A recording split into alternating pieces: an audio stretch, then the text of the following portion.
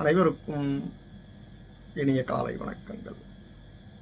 நாம் சென்ற பதிவிலே சாம் ஃபாசெட்ஸ் என்பவர் எப்படி வாய்ப்புகளை நன்கு பயன்படுத்தி வெற்றி பெற்றார் என்பதை பார்த்தோம்.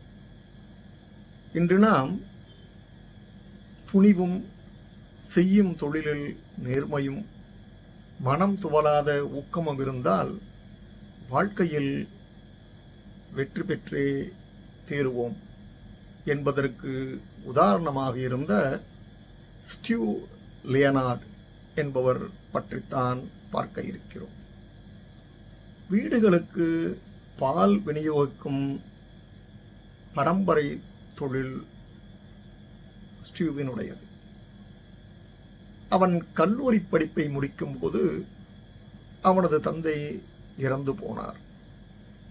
வாடிக்கையாளர்கள் சூப்பர் மார்க்கெட்டில் பால் வாங்க ஆரம்பித்து விட்டனர். மேலும் சாலை அமைப்பதற்கு உன் பால் பண்ணையை இடிக்க வேண்டும் என்று சாலை பராமரிப்பு பணியாளர்கள் வந்து இடிக்க துவங்கிவிட்டனர். ஸ்டீவ் சளைக்கவே இல்லை.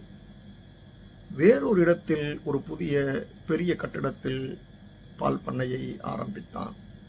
அங்கு வாடிக்கையாளர்கள் உள்ளே வந்து பாட்டில்களில் பால் சேமிக்கப்படுவதை பார்க்கலாம். கண்ணாடி ஜன்னல் வழியாக இந்த காட்சிகளை குழந்தைகளும் பார்க்கலாம் என்று அறிவித்தான் ஸ்டீவ்.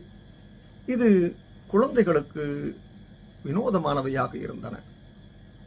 முக்கால்வாசி கட்டிடம் முடியும் போது நிறைய பேர் இது பைத்தியக்கார முயற்சி என்றார்கள்.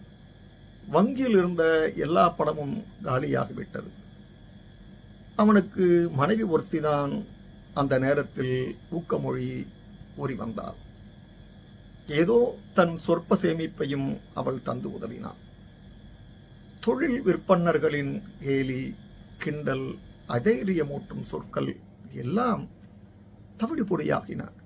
முடிவில் ஸ்டீவின் பால் பண்ணை கம்பீரமாக எழுந்து செழித்தது. ஆகவே துணிவும் நேர்மையும் ஒருவன் கையில் இருந்தால் நீங்களும் சாதனையாளராகலாம். இந்த பதிவு உங்களுக்கு பயனுடையதாக இருப்பின் சப்ஸ்கிரைப் பண்ணவும் ஷேர் பண்ணவும். நன்றி, வணக்கம்.